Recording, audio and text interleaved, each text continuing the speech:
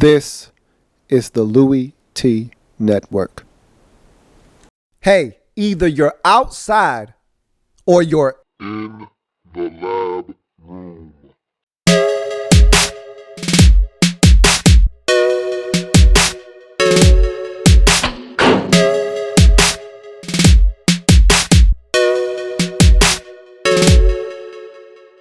Draft zone. Who else could it be but me, your man, Louie T? Welcome. You are in the lab room. Of course, I'm your host, Lou. Thank you for joining me. This is the 2015 NFL Draft Wrap-Up Series, where I aim to break down all 32 teams in the National Football League's 2015 NFL Draft using our baseball grading scale: single, double, triple, home runs. There are no strikeouts in the Draft Wrap-Up Series, because we cannot tell how these players will pan out, and I don't want to discount any of these players before they get their chance in the National Football League. So we take every single pick made by X said team, give that pick a score, get a final grade by tallying up all the scores from every single pick, apply bonuses when necessary, get that final score, and move on to the next team in the process that is picked by you, the viewers. Yes, this is the You Pick format, or as I like to call it, up. The You Pick format is simple.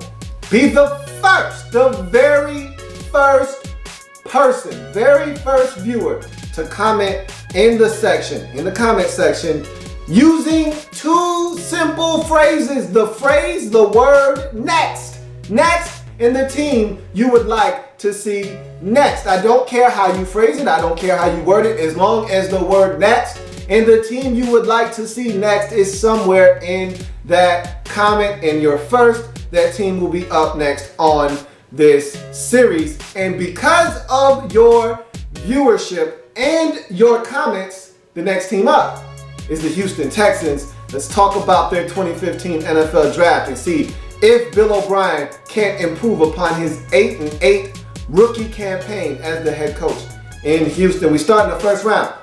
16th overall selection.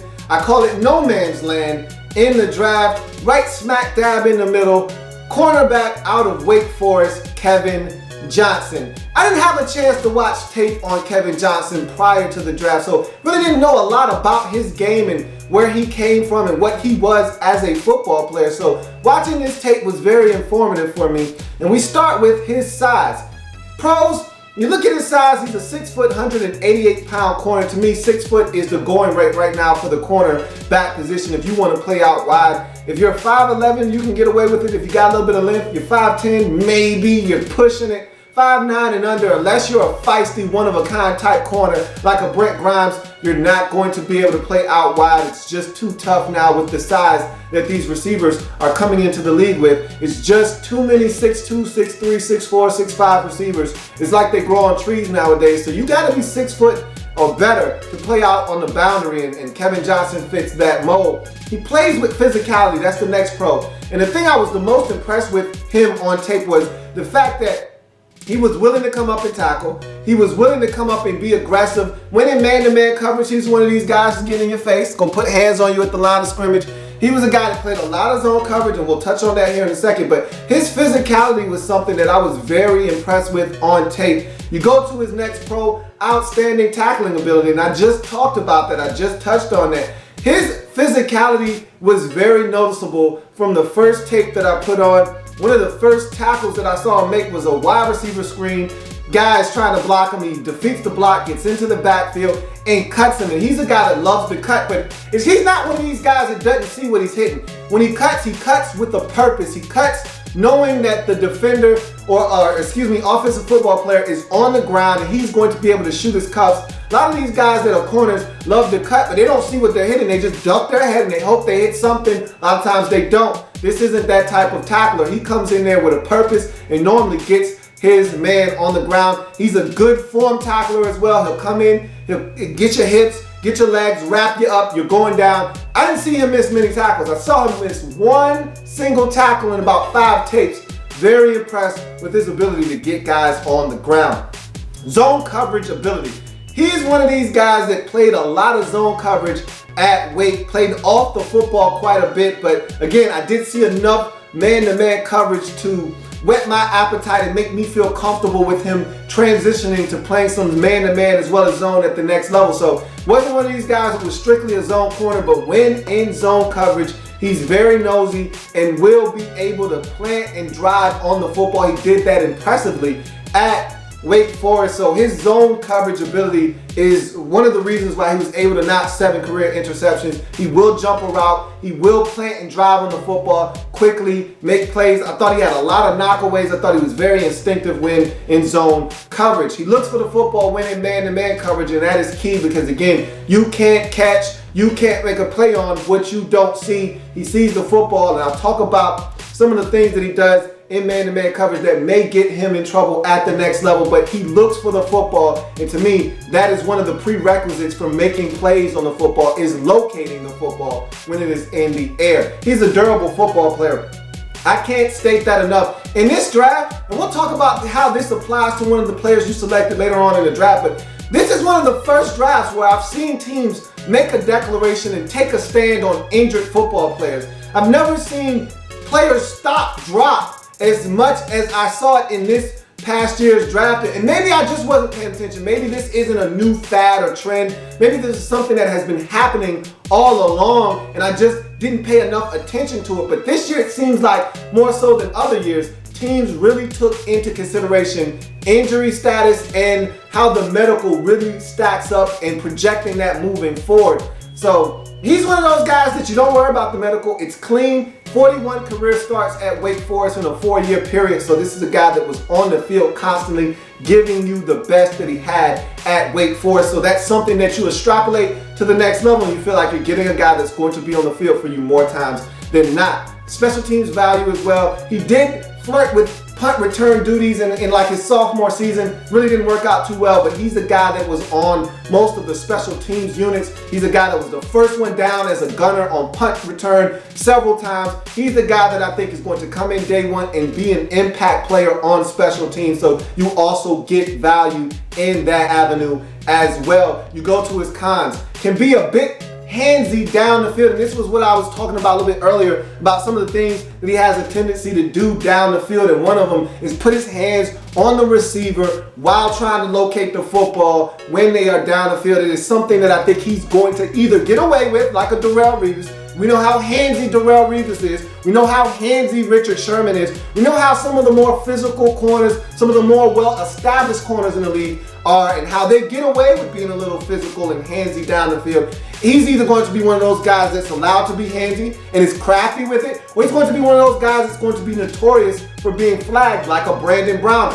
He's going to be one of those guys that's going to flirt with, and it's a very fine line you walk when you put your hands on receivers down the field. He got away with it a little bit at Wake Forest. Let's see if he's able to do the same thing, because he loves to put his hands and stack the receiver and kind of keep them from getting to the football with a little arm bar. He'll get a little tug just to make sure he's close enough in proximity to make a play on the football. So he's got some crafty tricks, but at the next level, referees have a very keen eye for those things. He may not be able to get away with it. We'll see if him being handsy down the field is a problem for him at the NFL level. He is very tentative as a blitzer. I do not like him when he blitzes because he doesn't just come after the quarterback. And it's funny because I'm really particular on how I like my corners to blitz. I want you to come aggressively, but under controlled aggression is what I'm looking for. But he's one of these guys that's too controlled when he blitzes. There was a blitz against Florida State, and I saw this at least 3 times on tape. He had a chance to get Jameis Winston. Jameis Winston had no idea he was coming off the corner, and Jameis Winston locates him at the very last minute as he's literally 3 steps away from him. But Jameis Winston kind of pumps the football, and so he stops. He comes to damn near a complete stop. Then he jumps. Then Jameis Winston is able to throw the football. Had he just run through that, forget about the pump fake, and tried to get to Jameis, he'd have got to him easily. Now, would he have gotten Jameis Winston down? We're talking about a 240-pound quarterback versus a 188-pound corner. Don't know if he would have been able to get him on the ground, but at least he would have had his hands on Jameis Winston and been able to impact the play that way. Jameis Winston got the football off. Don't remember if it was a completion or not, but it doesn't matter. He should have hit home on that blitz. He did that A number of other times watching the tape, he's not a very adept blitzer. I do not like him when he is called upon to blitz. He is too tentative as a blitzer. He gets stuck on blocks sometimes, and I think this has more to do with that 188-pound frame than anything else. He's a guy that if you put your hands on him as a receiver, you can turn him, you can misdirect him, kind of get him out of the way and allow your ball carrier to pick up extra yardage and not allow him into the play. Saw that on a number of occasions where he just got stuck on blocks and he couldn't shed the blocker and get to the play. When he gets off of the blocks or when he beats a blocker, defeats it, he's in the play and he's making a tackle, but it's the times when he can't get off the block is when it's a problem, and that happened far too often for me, for my liking. He's got to get off of blocks, and maybe this is a technique thing, or maybe he just needs to get stronger and bigger and more physical at the next level once he gets into that Texas weight training program. We'll see what happens as time goes on with that. He can be nosy. There were several plays where misdirection took him away from his responsibility. They'd be in cover 3.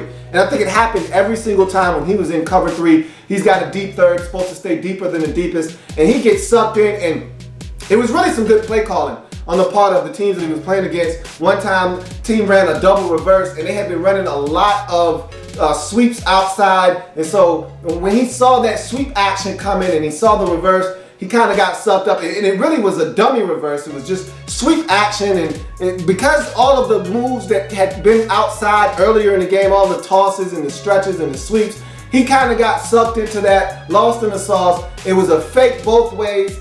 He comes up crashing down. There's in that actual fake action, the guy that came across the formation ends up going up the sideline right behind Kevin Johnson. Football's delivered to him. They pick up about 30 yards on the play. So again, just him being nosy. There's another time they faked the wide receiver screen. They had already run wide receiver screen at least 4 times earlier in the game. So he was very nosy, privy to the fact that they had already hit that wide receiver screen a couple of times in the game. He didn't want to have that completed again, so he comes up, he cheats. It's a fake. They go up top, right behind him, pick up about 40 yards. So again, he can be nosy, he can be misdirected and misguided on plays. He's got to do his job, okay? Sometimes you just need to make sure. You'll give up the wide receiver screen. And there's nothing wrong with them catching the football at the line of scrimmage or behind it, and you come up and make a sound tackle and make a play that way. But you don't want to ignore your responsibility. Don't stay deeper than the deepest and give up something over your head. Much rather you give up something in front of you where you can see it than something behind you where a big play can happen. But there's a lot here to like, man. I love his physicality. I love his ability to tackle. I think this kid's only going to get better. I think there's a lot more room for him to grow as a football player. In the first round, 16th overall selection, cornerback out of Wake Forest, Kevin Johnson for me is a home run. You can put it on the board. Yes, it's a home run for the Houston Texans. I was questioning what they would do at 16. I thought they did the best possible thing. They got great value here. He's not a guy that necessarily needs to start day one. They've got 2 corners, but Jonathan Joseph isn't getting any younger, and I think this is about his last year on his deal, if I'm not mistaken. So you groom the young fella, and you get him ready to assume that throne across the field from a guy that you just re-upped on and Kareem Jackson, and you feel good about 2 young corners playing outside for the next 5 to 7 years. So let's see if you can groom this kid into the player you want him to be. Maybe he'll get some snaps in the slot in his rookie season and be ready to kick outside to the boundary next year, or maybe he'll be a slot corner. We'll see. Think he's got a future outside as a boundary corner in Houston. In the second round, Texans 43rd overall selection, linebacker out of Mississippi State, Benardrick McKinney is the selection for the Houston Texans. You look at his pros, huge, 6'4", 246-pound linebacker. Benardrick McKinney is a big man, and you don't see these type of linebackers coming around anymore. That's a lost art. He's much like a dinosaur, fossil at the linebacker position. You don't see too many big linebackers anymore. That's something that used to be commonplace. That used to be the norm. You see a big 6'4", 265-pound linebacker with the neck roll in the middle of the defense. Commonplace. You know, you don't see that anymore. So to see a guy his size playing the linebacker position, it's actually a welcome surprise. He's a read and react linebacker. And what I mean by that is he reads and diagnoses the play before he actually goes downhill and tries to make a play. Sometimes he can stay there at home too long, and I'll talk about that a little bit later on. And Mike Mayock said something interesting that makes a lot of sense. He was asked, what's the hardest position to evaluate on tape? And he said linebackers, without hesitation. And he said, they're the hardest position to evaluate because you just don't know what they're being coached to do. And last year I made the mistake of saying that C.J. Mosley wasn't, a home run, and I didn't see what everybody else was seeing, and it was because of what I saw on tape. Had I seen him more in person and knew what he was being asked to do, maybe I could have had a better evaluation, but I like my linebackers to be aggressive. I like them to come downhill. I like them to make tackles in the backfield, be just a menace around the line of scrimmage. I like them to be more instinctive than reactionary. I want you to have instincts. Go after the ball, attack the gap, attack the blocker. Don't wait, don't sit on your heels. Don't let the blocker get 3 yards into the hole before you meet him. Now you've already given up 2-3 yards on the play before you can even make an impact. Go and attack the line of scrimmage. Go and be in the backfield. Go and shoot that gap and go get that ball carrier for a 1-yard loss. Go be instinctive instead of reactive, but you don't know what the player is being taught. And furthermore, you don't know what that player is as a football player. He may just be a read and react linebacker. And I think Benardrick McKinney is just a read and react linebacker. And again, he could have been coached that. So sometimes I can be a little bit hard on some of these linebackers, but I have new perspective now. And so, especially after C.J. Mosley last year making such a big mistake on him, I'm a little bit more cautious in my assessment of these linebackers. And this is a guy that at first, watching the tape, I'm not gonna lie to you, I was not impressed with Benardrick McKinney. But the more and more I watched the tape, the more and more I got comfortable with what he was doing and the things that I saw him do and how I saw him impact the game, the more and more I said, man, this is a really good football player.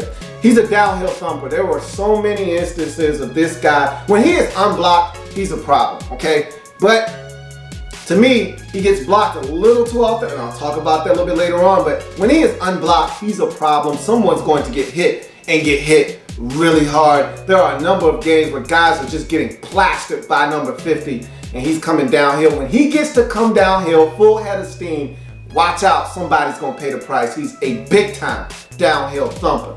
Finds the football, and to me, this is the most impressive feat and characteristic that Benardrick McKinney has is he just finds the football, and it's amazing to me how much trash this guy has to sort through, how many blockers he has to defeat, and how he's able to manage to just find the football. And it got to the point where it's not just on tackles or getting into play and getting involved, but every time a fumble was forced, I just assumed that Benardrick McKinney would be the one to recover it because he's always around the football. He finds the football. I say this all the time, and you know what I'm about to say.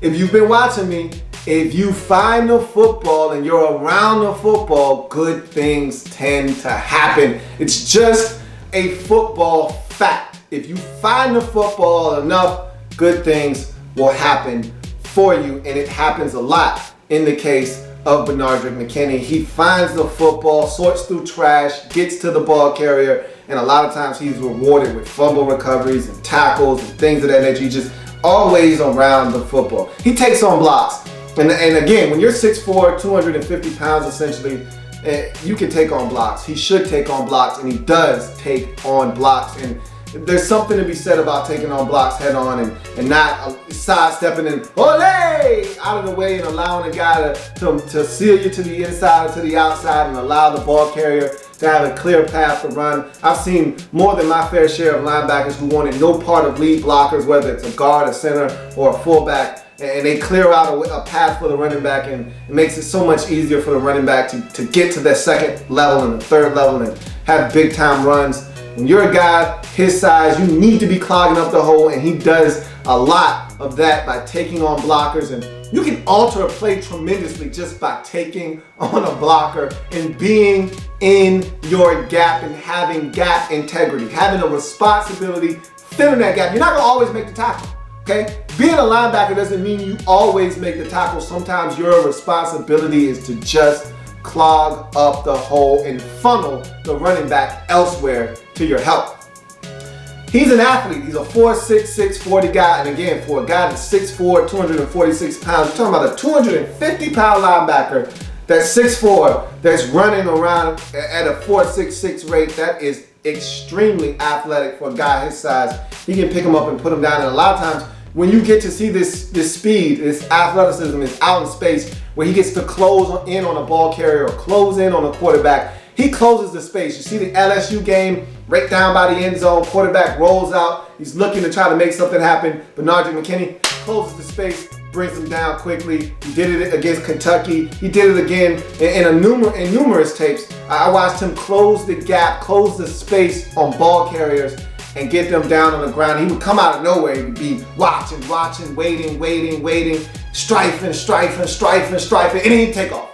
Boom! Next thing you know, another second later, guys on the ground, plays over with. Benardrick McKinney has just made another play. So he's a guy that can get into the backfield and make things happen. Very, very athletic. He's comfortable in space. Because of that athleticism I just spoke about, he's comfortable in space. There are numerous times, I can't tell you, countless times, where this guy's 15, 20 yards off the football, zone coverage at Mississippi State. So he's comfortable in space. They were comfortable leaving him out in space. So this is a guy that you can put in zone coverage and trust him to be where he's supposed to be. And at 6'4", he is a big hindrance to a quarterback. A guy that tall in zone coverage, you try throwing over that guy with a wingspan that probably puts him around 7 feet. Try throwing over a guy that's 6'4", dropping into coverage. Try putting it on the money when you got a guy extending his arm. And I saw that on tape a couple of times where he's in zone coverage, he jumps up, sticks it, quarterback trying to get it over him, airmails the football. So he's a guy that can be problematic out in space, and I think he's very comfortable in that role as a linebacker dropping into coverage.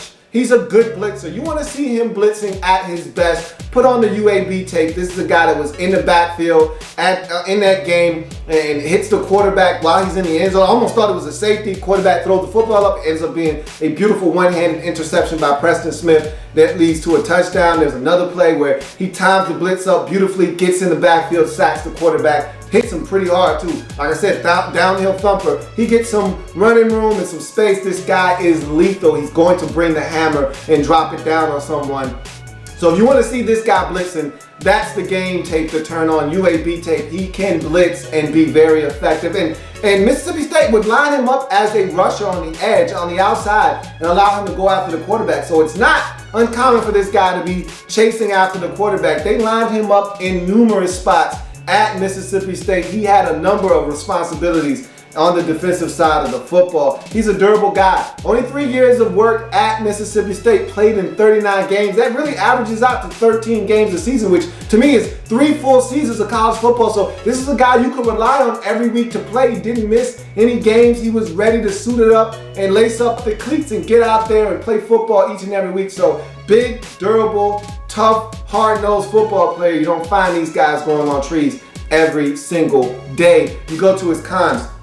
He's too patient at times, and I talked about this already. He's being a read and react linebacker. You walk that fine line between being a guy that diagnoses the play and then reacts, and being a guy that stays there too long and allows blockers to get on you. Speaking of which, he's blockable. Look, we're talking about a 6'4", 250-pound linebacker. I mean, that's a lot of man to block right there. That's a lot of space to get your hands on somebody. There's a lot of area where linemen have opportunities to put their hands on Benardrick McKinney. And so he's a guy that can be blocked on a play. Saw that enough on tape to say that he's a guy that's going to have to fight through some blocks a little bit better and not be blocked as much. And that kind of goes back to my point. He's a read and react linebacker. I would like to see him be a little bit more aggressive, but maybe that's not in his nature. Maybe that's not what they asked him to do at Mississippi State. So we'll see what happens and what kind of linebacker he morphs into, or if this is who he is. And again, when you watch tape and you get a feel for a guy, you feel like this is what you're getting. So I think he's the guy that's just going to be a step late on certain plays, and on others, him being patient is going to allow him to shoot a gap, because things develop, a gap opens up, he shoots it, hits it, gets in the backfield. So we'll see. But to me, he's very blockable. He's too patient at times, and he will miss tackles. That was the last con that I saw. He's a guy that will be out of control at times. He'll come flying into your picture and won't get the guy down. I think the difference between he and first round pick out of Clemson, Stephon Anthony, and I love Stephon Anthony. I think the only difference between them, of course, aside from the athleticism, Stephon Anthony is a 4'5", 340 guy, I believe, somewhere in there. Whereas this is a 4'6" guy, and of course the height. Stephon Anthony is a 6'2" linebacker. This is a 6'4" linebacker we're talking about. But the difference to me, and really you can even throw a Miami linebacker in there if you like, and what he brings to the table, and Denzel Perryman.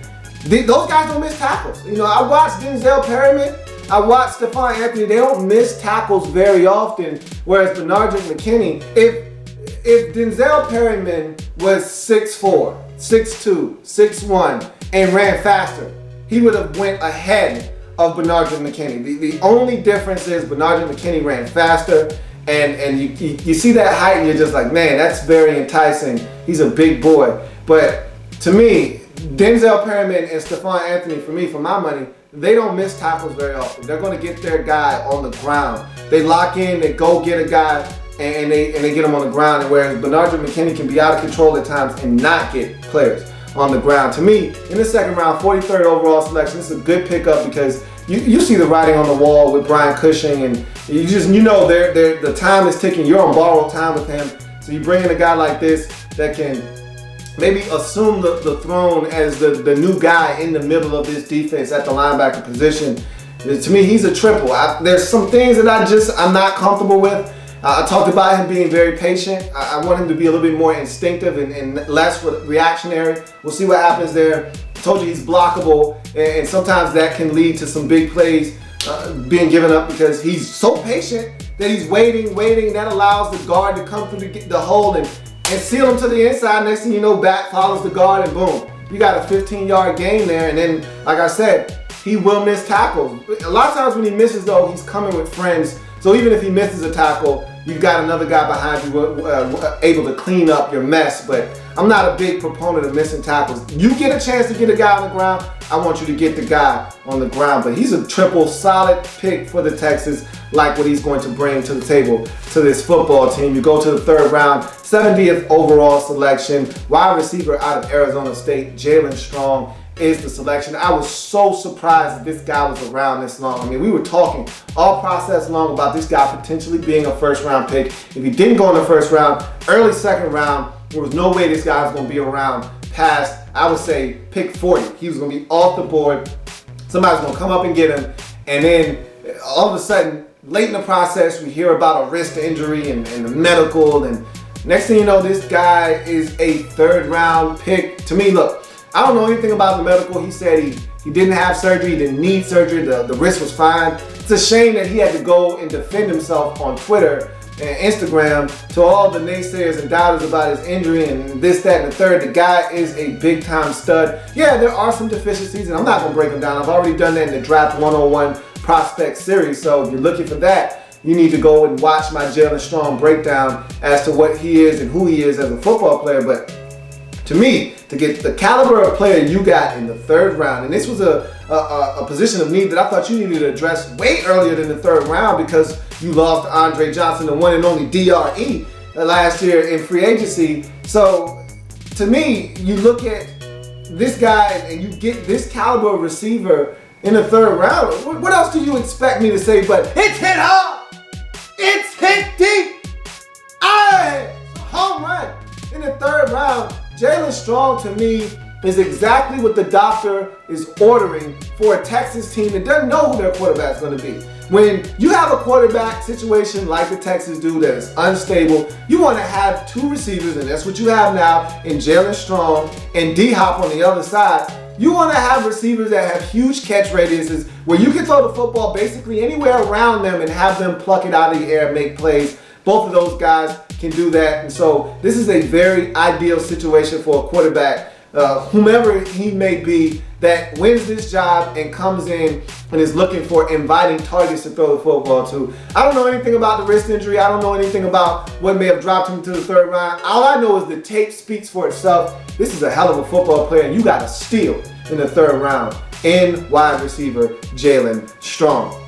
Go to the fifth round, no fourth round selection for the Houston Texans. 175th overall selection, wide receiver out of Michigan State, Keith Mumphrey is the pick. So the Texans go back-to-back selections at the wide receiver position. Here are his pros. He does the dirty work. And let me go ahead and just lump the next 3 pros together because they all go hand in hand with one another. Does the dirty work, tough football player, he's a glue guy. Those are the next 3 pros. And so I want to touch on that quickly and we'll move on to the rest of his pros. But in the National Football League, I say this all the time, but I don't think I say it enough. Everyone's not going to be a star. You got a 53-man roster, and every single one of those guys aren't going to be guys that stand out amongst the rest of the football players on the team. But you need the guys that accept their roles, know who they are and what you're asking of them, and they go out and get the job done. They do the things that not everyone wants to do.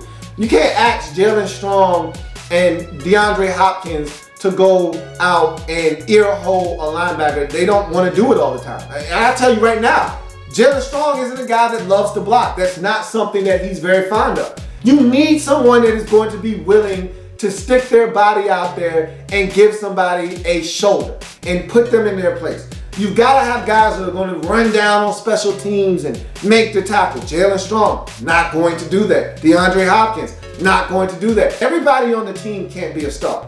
And when you have a team with guys that know their roles and go out and execute, that's when you have a good football team. When you've got guys that understand what their value is to the team and what they're supposed to do, that's when you'll start to see things change and wins pile up in the left-hand column.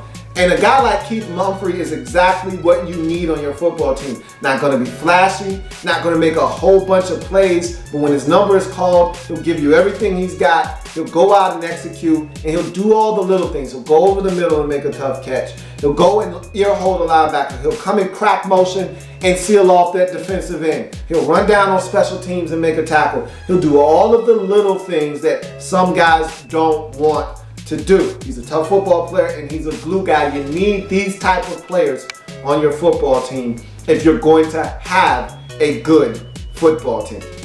Solid hands. I didn't see him drop the football on tape. I didn't. Now, he didn't have a lot of attempts, but when his number was called and they threw him the football, if he was able to get 2 hands on it, he brought it in. So I like the fact that when he was throwing the football and he had a chance to catch it, he caught it. Enough said. Deceptively fast. This isn't a guy that's going to win a lot of one-on-one matchups with speed, and agility, and route running ability. None of that. He's not a guy that's going to create a lot of separation. I'll talk about that a little bit later. But he's deceptively fast. A lot of big plays at Michigan State. Go turn on the Ohio State tape. Very first play of the game.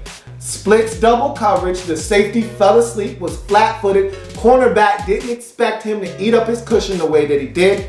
And again, first play of the game, you're not expecting a 45, 50-yard pass. That's what they got. Keith Mumphrey ran past the corner, split the safety who was flat-footed, got behind both of them, caught the football out in front, made a great catch. They were draped all over his back, caught the football, excellent play, big play early in that football game. Fast forward to the very last game of the season. In the bowl game, they're down 20 in the fourth quarter to Baylor, 41-21. He makes 2 huge catches in that fourth quarter, the last being the game-winning touchdown, the go-ahead score to put them up in that football game. Tied the game, actually, kicked the extra point, go ahead 42-41. So he made some huge plays, 4 catches, 85 yards in that game. So you're talking about 20 yards per catch, 21.2 or 3 to be exact. The guy was a stud in that game, made some big time catches, and another one of those catches was a deep one, splitting the coverage again, getting deep, beating the cornerback. Again, deceptively fast. 4.5 40 doesn't scream Blazer, but if you're flat-footed and you underestimate this guy's ability to run, he can and will get behind you. Made big plays, I just spoke to that. Not a lot of catches on the season. He only had 26 catches for about 485 yards, but that averages out to about 17.4 yards a catch. When he did catch the football, they were big catches and they were for a lot of yards.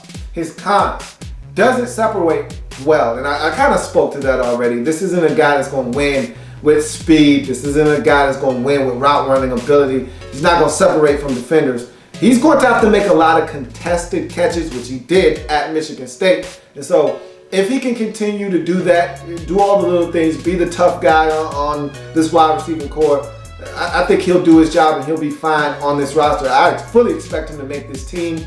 They saw something in Keith Mumphrey that they liked. This was the only team that worked him out in the entire National Football League. He felt like the Texans were going to draft him because they were the only team that worked him out throughout the draft process. So there was something that they obviously identified with Keith Mumphrey that they liked. And I think a lot of it was his toughness and the fact that he's a glue guy willing to do any and everything that you ask him to do. But he's not going to separate consistently from defensive backs in the National Football League. Lack of heavy production is my last comment. I just told you 26 catches for 485 yards. Not going to blow you away. His career numbers, 88 catches, over 1,300 yards. His teammate damn near had that last season. Tony Lippett had over 80 catches, had over 1,000 yards, had about 12 or 13, 14, 15 touchdowns or something like that. And basically, those same numbers that it took Keith Mumphrey to amass over a 3-4 year period, he was able to do that in 1 year. So not heavy production, but again, when you call his number, he produces, and so he's a solid football player, the type of player you need on your team. When it's all said and done, 5th round, 175th overall selection, wide receiver out of Michigan State, Keith Mumphrey for me is a double. I just told you he's a solid football player, and what is solid? Solid is average. What is average? Average is a double, and that's exactly what Keith Mumphrey is in the 5th round. You move on to the 6th round, 211th overall selection, outside linebacker out of South Florida, Rashad Cliett is the pick. Let's talk about his pros and where he fits in with this Texans team. 6'2", 235-pound linebacker. He's a long athlete, and I like his frame. I like his build. Look, he's going to have to put on some more weight, especially if he wants to stand up on the outside. And I was surprised about something. I'll talk about that here in a second. Because of his weight being a 235-pound linebacker, you don't expect him to be style. Let's just talk about it now. Hell, I'm already talking about it. Let's talk about it now. He's surprisingly tough at the point of attack. I wasn't expecting him to be a guy that would stand up to a tackle or a guard or a fullback and stand them up. Now, he wasn't driving guys back into the backfield or anything like that, but he held his ground. I was surprised. I was expecting him to be somewhat blown off the ball and overmatched a lot of times at the point of attack. That was not the case. This was a guy that stood his ground for the most part, didn't get off these blocks, didn't go make a play, but he stood up and he didn't allow a guy to blow him off the ball, didn't create any extra space for the running back. He stood his ground. I was surprised. At 235 pounds, you're not expecting the guy to hold up at the point of attack, but that's what Rashad Cliett did at South Florida. He's explosive though. He's a long athlete. He's a 4'5", 140 guy, but he's explosive. That's what has me somewhat intrigued by this pick. You lose Brooks Reed in the offseason, in free agency, and so now you're looking for more help to get to the quarterback. You're hoping Jadeveon Clowney comes in and is worthy of that number 1 overall selection spent on him last year. You want to see guys continue to mature like Whitney Merciless, but you also want depth. You want guys that can come off the bench, 3rd and 7, throw them in the game and see if they can't get to the quarterback. His explosiveness off the edge is intriguing. 6 sacks last year, a career high for him. He's starting to have that light bulb come on. I would have loved if South Florida would have just told this young man, you just go after the quarterback. Don't do anything else. Don't worry about dropping into coverage. Don't worry about being outside and setting the edge. I want you to just go after the quarterback. I would have loved to have seen him start to mature as a pass rusher, because I don't think he got enough attempts at South Florida to go after the quarterback, which is what I think he should be asked to do at the next level, because there is a level of athleticism and explosiveness here that is very, very intriguing and makes me think that this guy could have a career as a one-trick pony. You're not asking this guy to come in and play outside linebacker down in and down out for you, but on 3rd downs, as a situational pass rusher, and I'll talk about this a little bit more later on, I think there could be a home for him in the National Football League as exactly that. Potential upside, and I basically spoke to why I think he has upside. I don't really need to elaborate on that anymore.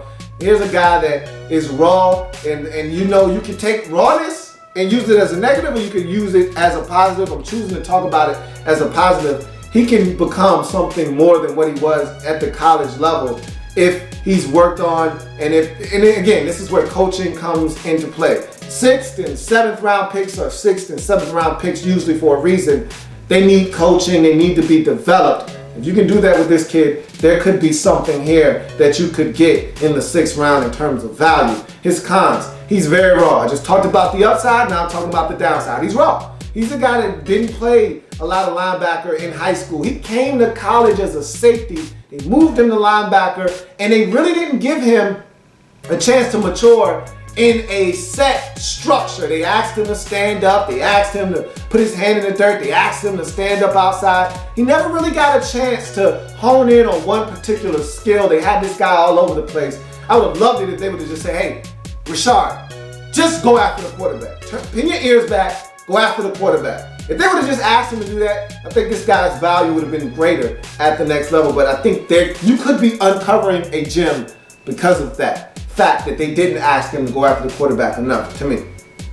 2013 offseason shoulder surgery is the next con. Here's a guy that came into the 2014 season with a shoulder that had been surgically repaired. He didn't miss any time because of it, so let's just hope that's behind him. But anytime you have surgery, anytime you go under the knife as an athlete, that is an issue, and that's something that you should be somewhat concerned about. He's not a natural linebacker, more of a situational pass rusher. That's the last con. I already told you how I felt about this kid. I told you that I don't think he's a guy you want standing up on the outside. He's not Brooks Reed, okay? Brooks Reed was a guy that could get after the quarterback, but was dynamite in the run game. That's not what this kid is. This is a guy that you bring into the game on 3rd and 8 and say, hey man, try to get after the quarterback. That's what I think he is. Now, I don't know what the Texans have in store for him. Maybe they're going to try to convert him into an every down linebacker, and 2-3 years down the road, we could be hearing Rashad Cliett's name a lot more often than you will in his rookie season. If is a big word, if he makes this football team, he could be a candidate for the practice squad. Who's to say? There are some openings for him to have a chance to make this team. We'll see if he takes advantage of it. But again, it's a solid player that I feel like has some upside, man. I'm very intrigued with this kid.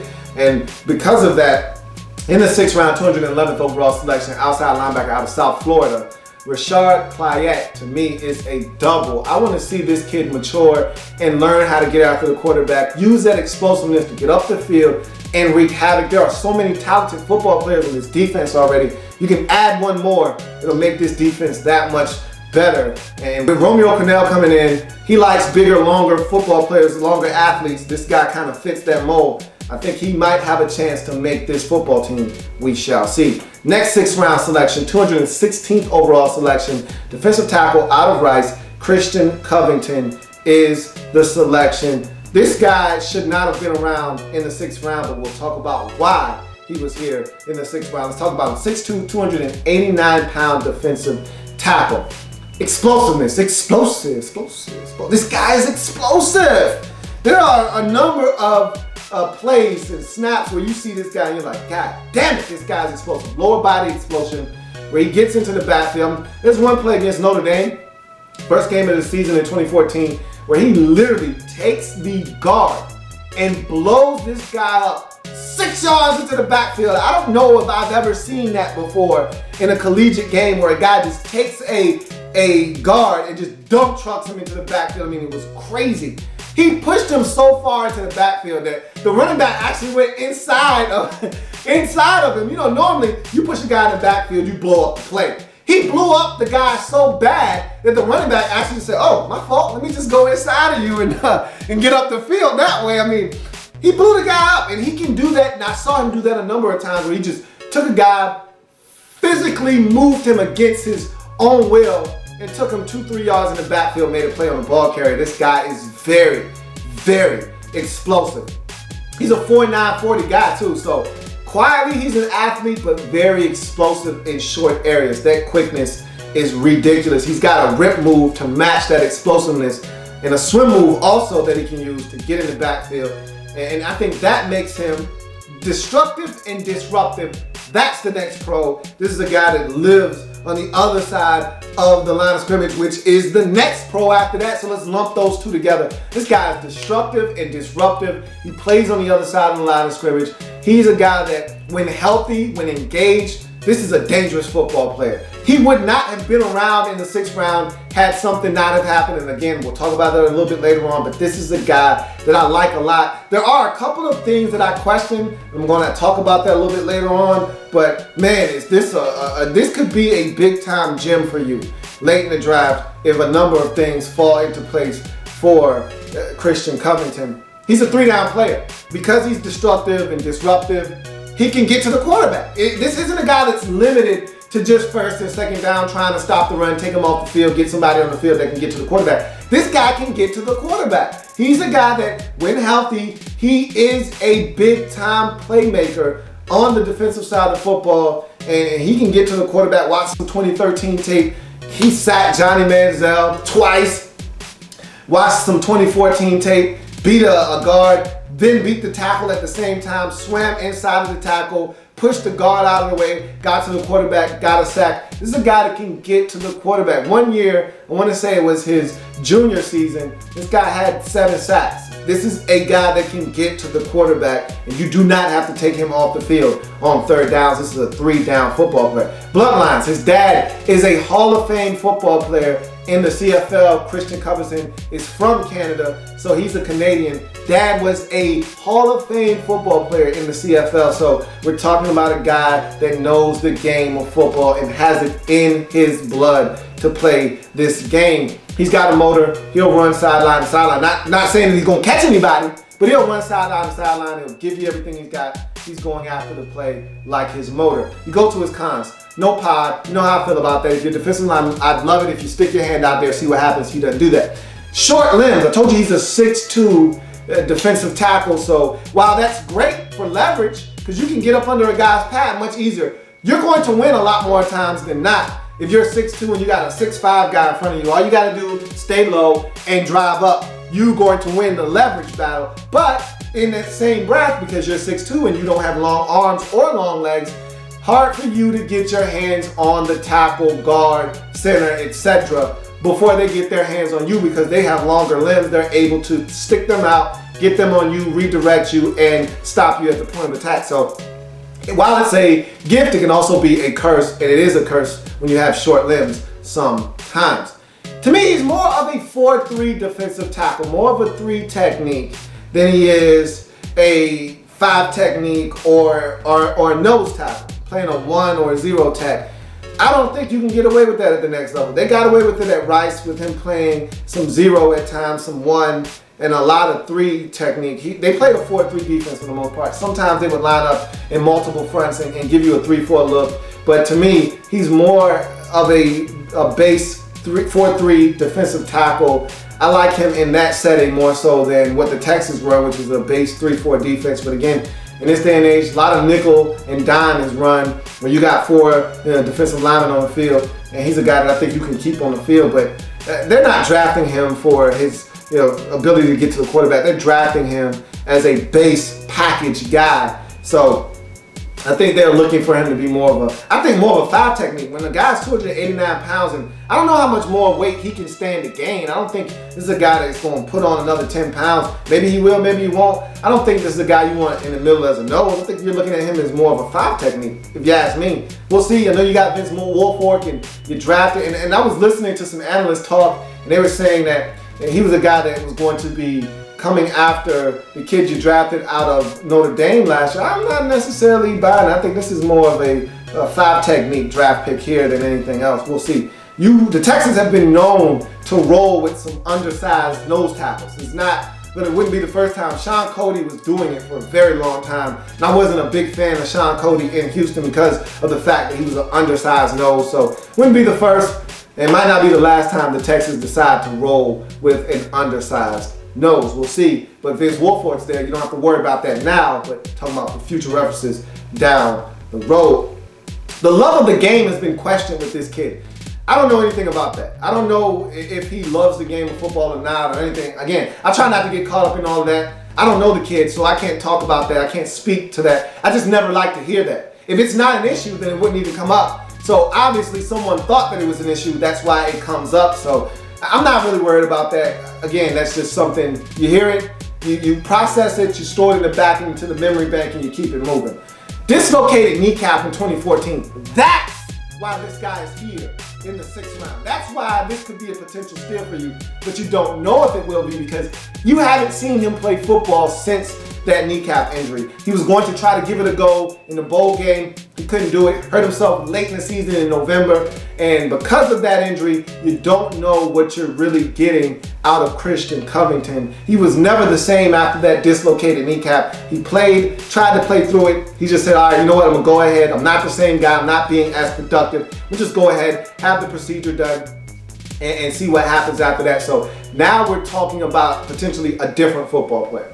We don't know how he's going to rebound from this because the guy we saw late in the season that tried to play through this was not the same football player. If you can get Christian Covington back to the way he was in 2013 and early stages of 2014, this is a 3rd or 4th round pick potentially. You're getting him in the 6th round. This could be a steal, but because of the unknown factor, he's still just a double for me. In the 6th round, I like this kid. I like him a lot. I was so impressed with him on tape. The only thing stopping me from giving this guy a triple, and I don't give out 6th round, 7th round triples very often. The only thing stopping me from giving this guy a triple is that knee injury and what I think that could mean. This guy could be a hell of a 5 technique in the league though. I like him more as the 3 technique in a 4-3 defense, but you guys play a 3-4. I think he could be a hell of a 5 tech, an aggressive, attacking, one gap, 5 technique. That's what he seems like to me. We'll see what happens with Christian Covington. He's a double for me in the 6th round. And you round out your draft in the 7th round, 235th overall selection, running back out of Louisiana State, aka LSU, Kenny Hilliard. Quickly, his pro, 6 foot, 226 pound running back. He's a big, bruising running back. That's his niche that he carved out for himself at LSU. He was used in short yardage situations. He's a bit of a closer. You watched that Wisconsin game, first game of the season. They used him primarily in that 4th quarter to seal the deal. Guys like him, you wear on a team over time. You get in the 4th quarter, you put in a big bruising back like Kenny Hilliard, and it's just hard to bring him down. You're tired, you're gassed, you've been worn on all game long, and then they bring this guy in, and it's just hard to bring him down. And he ended up closing the show against Wisconsin. Had like 90 yards rushing in the 4th quarter. And so he was dominant in that game against Wisconsin late stages. So he could be a bit of a closer too. Has a nose for the end zone. LSU used to put him in a lot of short yardage situations, especially around the end zone, around the goal line. A lot of 1-yard touchdowns. So that's something else that he could be used for at the next level. You go to his cons. He was never the guy at LSU. And I hate to harp on that because at LSU, there's so many backs there at one time with talent.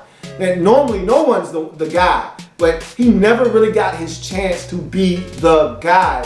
Even Jeremy Hill, who was drafted last year, got a chance to be the guy. We saw what he was able to do. We think that Fournette is going to be the next in the line to get a chance to be the guy. Well, Kenny Hilliard was never the guy at LSU. He's a one-trick pony to me. He doesn't offer any speed, doesn't catch the football. He's a short yardage power back. That is it for me. Yeah, he doesn't have to be 3rd and 2 to put him in the game. You can give it to him on 2nd and 7. You can give it to him on 1st and 10 if you like. But just know that you're not getting anything except a big back, not a lot of speed, limited burst and athleticism is his last. He's a 4.71 back. And really, he ran a 4.83 at the combine, so you're really probably talking about something more in between like 4.77 as his real speed somewhere in there. He's not a fast guy, got limited burst, got a little bit of burst initially through the line of scrimmage, but down the field he's not running, not gonna hit any home runs. He's gonna hit a double, occasional triple, but he's not gonna outrun anybody, not gonna break a lot of tackles, there's not a lot of wiggle, not gonna catch the football out of the backfield, not a lot of production there. So to me, the Texans drafted him for one reason and one reason alone. They don't have a big back on their roster. Now, is he going to make this team? I don't know. Are they carrying 4 backs is the question, because you drafted Alfred Blue last year. You got Arian Foster, and then you traded for Chris Polk. So you got 3 backs already. None of them are big bruising backs, so there is a niche that he could carve out for himself on his team. But To me, there's not a lot here. You know what you're getting. Either you want them or you don't. In the 7th round, 235th overall selection, running back out of LSU, Kenny Hilliard for me is a single. Solid back, but again, you're not getting much of anything else but a guy that can plow into a pile and get you a yard on 3rd and 1, can get in the end zone. He doesn't offer anything else really that all the other backs on your roster can't give you already. So to me, he doesn't do anything for me. He doesn't move the needle for me at all. But that's what the Texans are looking for, a bigger back. Maybe he offers that in the 7th round. So that's the Texans draft in a nutshell. Let's look at what they were able to accomplish. Not tallying up the scores. You got 2 home runs, one in the 1st round with Kevin Johnson, one in the 3rd round with Jaylen Strong. Then you got a triple in the 2nd round with Benardrick McKinney.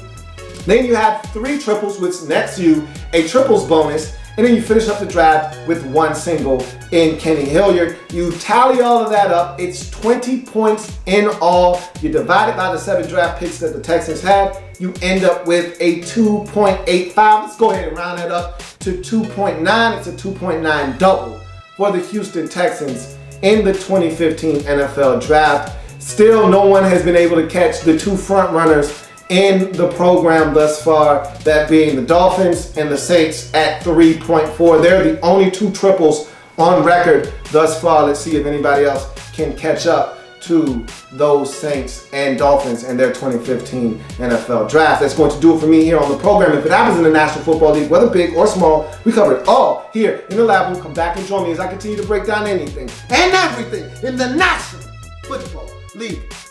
Who's next?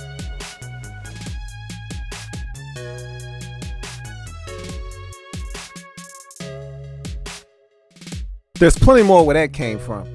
While you're here, subscribe to the channel. If you want more Louie T, be sure to follow me on Twitter at In The Lab Room, or you can like the Facebook page at In The Lab Room.